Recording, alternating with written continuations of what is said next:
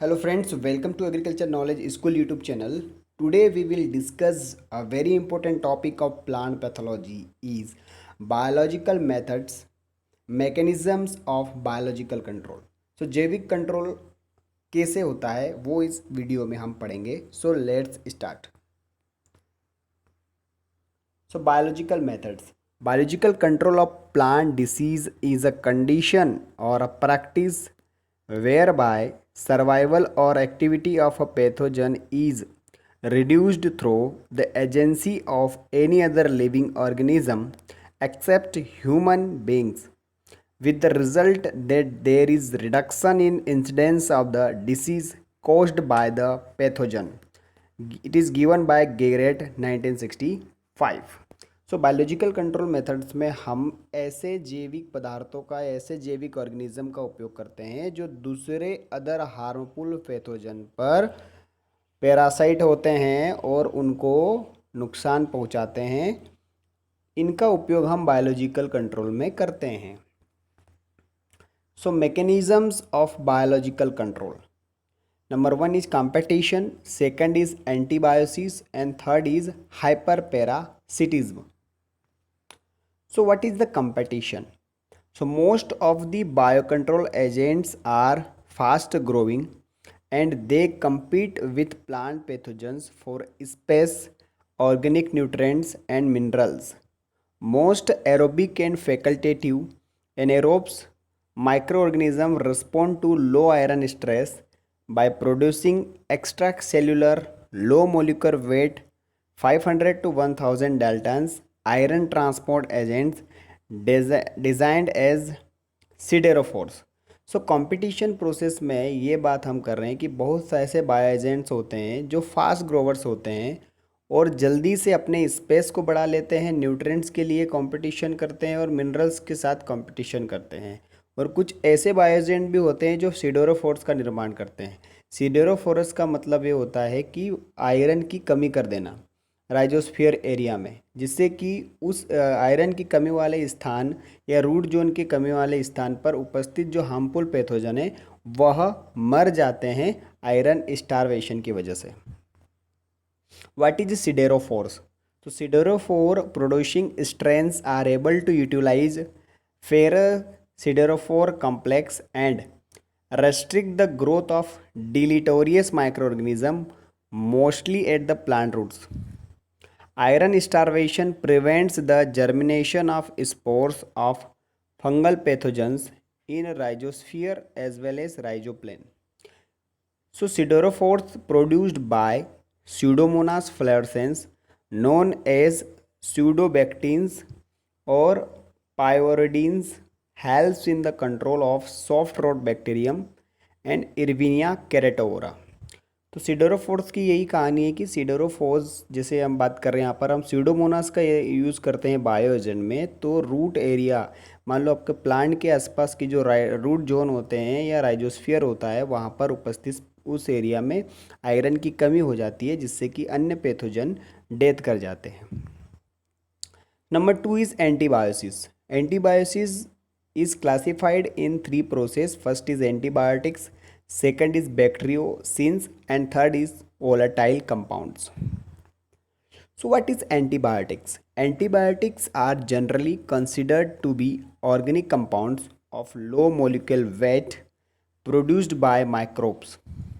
At low concentrations, antibiotics are deleterious to the growth of or metabolic activities of other microorganisms. For example, colonization of pea seeds by Trichoderma viridi resulted in the accumulation of significant amount of the antibiotic viridin in the seeds, thus controlling Pythium alternum.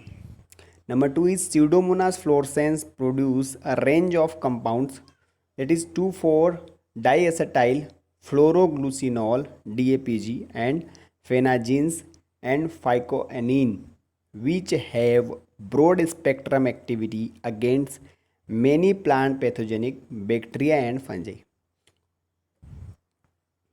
Number two is bacteriocins. So bacteriocins, these are antibiotic like compounds with bacterial specificity closely related to the bacteriocin producer. For example, the control of crown gall caused by Agrobacterium tumefaciens by the related Agrobacterium radiobacter strain K84 is by the production of bacteriocin एग्रोसिन K84। सो बैक्टीरियोसिन्स क्या होते हैं? ये भी एक तरह के antibiotics होते हैं जो बैक्टीरिया को मारने के लिए एक स्पेसिफिक बैक्टीरिया के द्वारा ही रिलीज किए जाते हैं। बैक्टीरियोसोन्स कभी भी किसी अदर फंजाई को नहीं मारेंगे, केवल बैक्टीरिया के लिए यूज़ होते हैं। तो आप एग्जाम्पल में देख सकते हैं कि एग्रोबैक्टीरियम ट्यूमिफेसियंस को नष्ट करने के लिए एग्रोबैक्टीरियम रेडियोबैक्टर एग्रोसिन K84 का यूज़ किया जा रहा है। और ये बैक्टीरियोसिन्स किसी स्पेसीज के लिए ही यूज़ होते हैं, लेकिन इनका जीनस सेम होता है। Number C is volatile compounds. So antibiosis mediated by volatile compounds has been observed in the management of soil-borne pathogen. For example, Pythium ultimum, Rhizoctonia solani, and Verticillium dahlia by Enterobacter cloacae. The volatile fraction responsible for inhibition was identified as ammonia. So volatile compounds में ये बात करते हैं कि जो bacteria है एंट्रोबैक्टर coli, यह एक तरह का अमोनिया अपने अंदर से रिलीज करते हैं और अपने अंदर से ये वोलेटाइल कंपाउंड रिलीज करते हैं, जिससे पीथियम और राइजोक्टोनिया जैसे वर्टिशिलियम जैसे सॉइल बोर्न पैथोजन को डेथ करते हैं और उसको कंट्रोल करते हैं। Number third is hyper parasitism. What is hyper parasitism?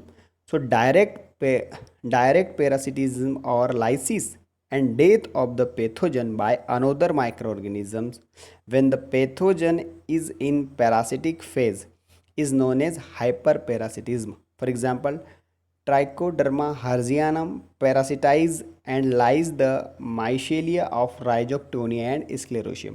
Hyperparasitism का मतलब ये होता है कि एक ऑर्गेनिज्म के ऊपर दूसरा ऑर्गेनिज्म जब पैरासाइट होता है तो इसे हम हाइपर पैरासिटिज्म कहते हैं। जैसे हम बात करें यहाँ पर राइजोक्टोनिया है, तो राइजोक्टोनिया एक फंजाई है, इसके ऊपर ही ट्राइकोडर्मा अपनी कॉलोनी बनाती है और कॉलोनी बनाकर ही उसके जीवन काल तक उसको नष्ट करती रहती है, उसमें ट्रैपिंग करती रहती है और उसको डेथ कर देती है। यही है hyperparasitism. So some important examples you can see here, आपको थोड़ा यहाँ पर पढ़ना पड़ेगा। Bio control agents for the management of plant pathogens. So bio control agent है for example pathogen powdery mildew fungi के लिए हम यूज़ करते हैं एम्फेलोमाइकस क्विस्क्वेलिस। रस्ट फंजाई के लिए हम यूज़ करते हैं डार्कुला फिलम, वर्टिशिलियम लेकानी। बोट्राइटिस या पेनिशिलियम अगर आपका पैथोजन है तो उसके लिए है पीशिया गुलिर्नोमंडी। अगर आपका नेमेटोड पैथोजन है तो उसके लिए भैया जैसे जुवेनाइल पैरासिट और रूट नोट नेमेटोड है उसके लिए पाश्यूरिया पेनिट्रेंस एक बैक्टीरिया है। अगर एक पैरासाइट ऑफ मेलोडोगाइनन इनकॉग्निटा है तो हम इसके लिए यूज़ करेंगे फंगस पेसिलोमाइकस लिलासिनस। सो पेसिलोमाइकस ये एक पैरासाइट है, ठीक है ना, और पाश्यूरिया पेनिट्रेंस जो है वो जुवेनाइल पैरासाइट है। So some important fungal bio control agents is तो most of the species of Trichoderma and that is Trichoderma harzianum, Trichoderma viride, Trichoderma virens are used as biocontrol agents against soil-borne diseases such as root rots, seedling rots, collar rots, damping off, and wilts caused by the species of Pythium, Fusarium, Rhizoctonia, Macrophomina, Sclerotium and Verticillium। इसी प्रकार है formulation of biocontrol agents available है trichoderma viride, तो इनका trade name है इकोफीट या Bioderma के नाम से मिलता है।